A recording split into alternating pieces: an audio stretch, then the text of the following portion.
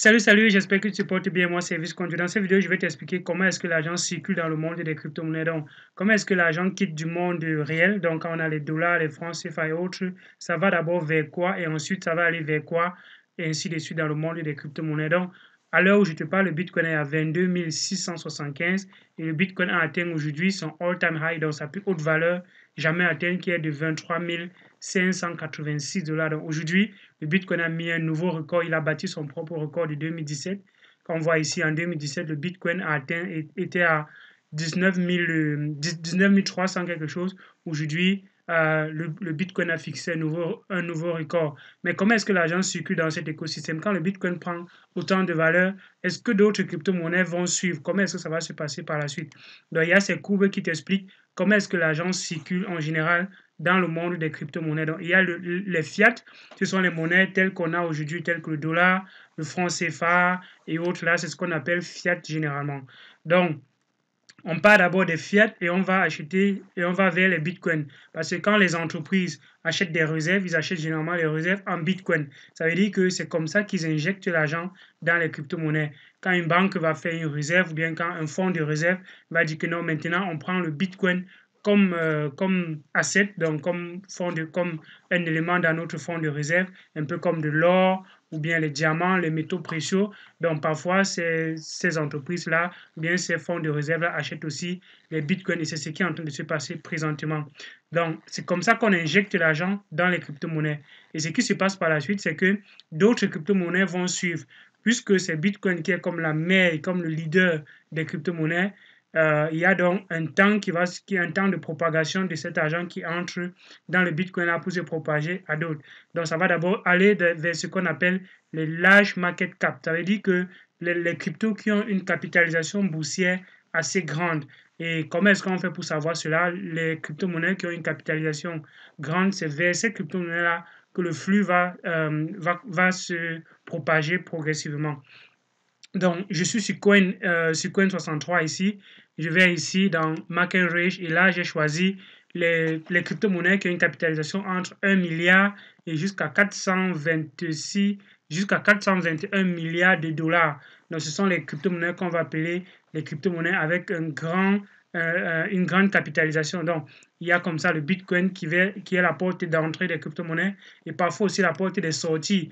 La porte de sortie parce que les gens, quand ils veulent maintenant quitter des crypto-monnaies vers les monnaies physiques, vers les monnaies fiat, ce qu'ils vont faire, c'est de passer par le Bitcoin pour pouvoir retirer cela facilement à travers les cartes Visa, à travers les autres cartes qui existent. Binance a déjà lancé aussi sa carte et à travers même les plateformes de peer-to-peer. Généralement, sur ces plateformes-là, on prend du Bitcoin, vous voyez. Donc, on va donc repasser par le Bitcoin pour sortir. Donc, une fois qu'on a déjà que le Bitcoin a commencé à l'idée, il y a donc ces autres crypto-monnaies qui vont prendre de la valeur, Ethereum, le XSP, LTC, ADA et autres là, c'est probable que ces crypto-monnaies-là prennent aussi de la valeur.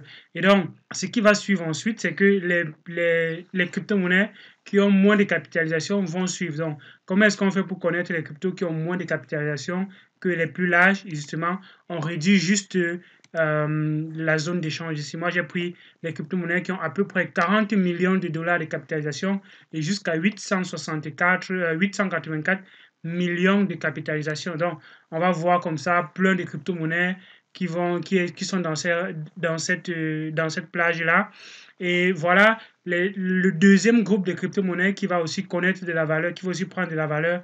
Après qu'on soit quitté vers les large market cap, on va aller vers les low market cap et après on va aller maintenant vers les dernières monnaies qui ont donc très peu de capitalisation parce que pour que l'argent circule jusqu'au dernier niveau, il faudrait que ce soit passé généralement par ces différentes crypto-monnaies, par ces différentes capitalisations-là.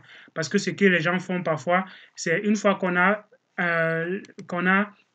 investi dans une crypto-monnaie ici, on va peut-être vendre pour acheter un autre truc plus tard. Et c'est comme ça qu'on va on va transmettre donc l'argent qui a été ajouté dans le Bitcoin vers d'autres crypto-monnaies.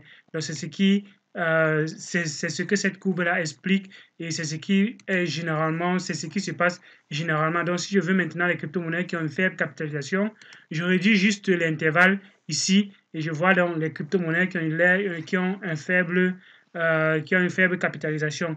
Et généralement, ces crypto-monnaies vont prendre de la valeur en dernière position. Et parfois, ils vont prendre même des valeurs plus que les autres crypto-monnaies parce que les autres crypto-monnaies coûtent un peu plus cher, alors qu'une grande partie peut donc s'acheter ces crypto-monnaies un peu facilement. Et c'est pour ça que ces crypto-monnaies risquent de prendre un peu plus de valeur et souvent même plus de valeur que ces crypto-monnaies qui ont une grande capitalisation là. Donc, voilà une petite coup de vidéo pour t'expliquer ce flow et pour t'expliquer que si présentement tu n'as pas encore des bénéfices, des revenus dans ton portefeuille parce que tu es entièrement dans les altcoins, il faut donc que tu comprennes ce flow-là et que tu puisses comprendre que ça arrive, ça va se passer progressivement et ça va arriver vers les crypto-monnaies qui ont un faible taux de capitalisation. J'espère que cette vidéo a été intéressante pour toi. Abonne-toi, active la cloche de notification pour ne rater aucune de mes vidéos. D'ici là, porte-toi bien et à une prochaine vidéo. Ciao!